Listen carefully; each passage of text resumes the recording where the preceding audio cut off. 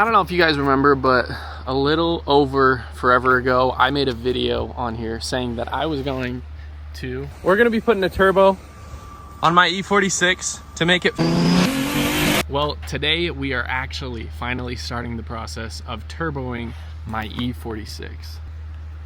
So at this point, I've probably watched every video on YouTube about turbo E46s. There's a lot of good videos and smart people out here that have in-depth processes on how to do this, but I don't want to have to do any critical thinking. I just want to be able to watch a video, go into the description, buy everything that it says to do, and just follow it step by step. So that's really kind of my plan here. Is I don't want to make crazy long videos on how to do it. I just want to have a simple, like, step-by-step process videos on exactly how I did mine. This is kind of basically what I would have wanted for me when I was trying to figure all this stuff out, because it's kind of a lot of shit to figure out if you don't know anything about this like me. So in today's video, for the first part of this series, we are going to be installing an oil catch can. This one I already kind of went through and did everything, so I'm just going to be showing you guys an overview of how it went and explaining everything. The CCV currently on the car, I still have it down there, it comes with brittle pipes, and it's all the way down there if you need to service anything on it. So mine was having problems. You can't just get to that and fix it. So with it up here, I've got everything right here. So if I need to service anything on it, I can. And then with the extensive research I've done on this, from what I've found out, putting a turbo on the car puts more pressure inside of the engine. So adding the oil catch can in the way that I've done it gives the engine more of an ability to breathe. So it lets off some of that pressure buildup that we're adding to the engine with the turbo. So let's get into the process on how this went. So in the middle of this video, I parked the E46 and I was just gonna change a few seals and whatnot, but the car is now, I would say, 80 to 90% turboed. So I don't want to show you guys on the car, but off of the car, I'll explain how I routed all of this and how I went about the catch can. So first things first, this is the E46. This was actually the one on the car. It's called an intake manifold. So this is, you know what it is. Originally on the car, they have, like I said, the CCV down here with these brittle hoses that crack. And you can't just fix that when that's on the car. So these 6 ports are all covered up by a piece that connects to the CCV. It is 1, 2, 3, 4 little screws, I think T25, that hold that down. So you can pull that off.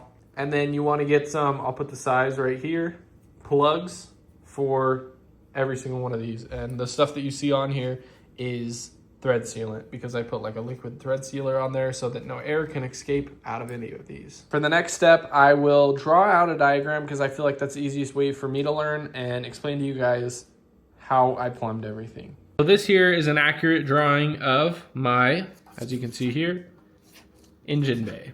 So, like I said, so your valve, imagine this is your valve cover. It's got a port on it. And this guy needs to breathe to your catch can. I decided to mount the catch can here, which in the future ended up being a little bit of a annoyance because I can smell the fumes from it going into here, where the air conditioning comes in.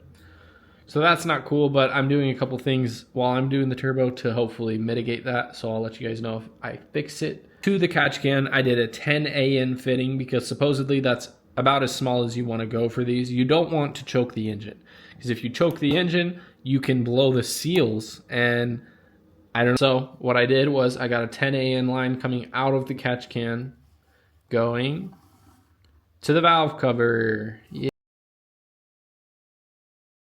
And then I didn't stop there. Some people will take the valve cover and add an extra port. I didn't do that. What I actually did was I heard that you're also able to, let's see if I can draw this out.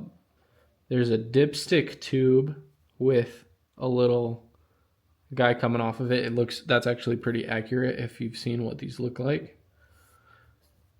So I also vented a 10 AN hose to this guy. And it goes straight to another port in the catch can, which I tried to weld on. It didn't work, and so I JB welded it on. right next to this fitting. And then there's another fitting that goes, another 10 AN drain that goes, there's a hole right here, and it goes down in there and under the car.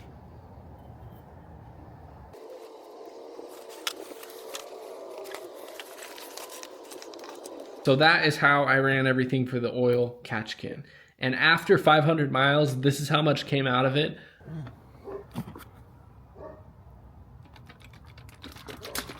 I was extremely concerned at first, but after letting it sit out, I think it was just a tiny bit of oil with a ton of water. So it might just be because I haven't really been driving the car long distances. So it was accumulating a lot of condensation since it's cold here. I did want to remind you guys also, M3 hood, wide body fenders that's also what's on the car. So just in case you guys forgot. So yeah, let me know if you guys think this is dumb. I didn't know about the extra vent before, and some people might say that that's wrong. If you have a better way, let me know in the comments, but let me know why this is wrong or whatnot, because I was trying to look up videos about this and there really wasn't very many completely explaining the process. You could save this diagram if you need to. Yeah, thank you guys for watching. I'll see you in the next video where we do a lot of turbo stuff. I'll see you guys in the next video where we're doing a lot of turbo stuff.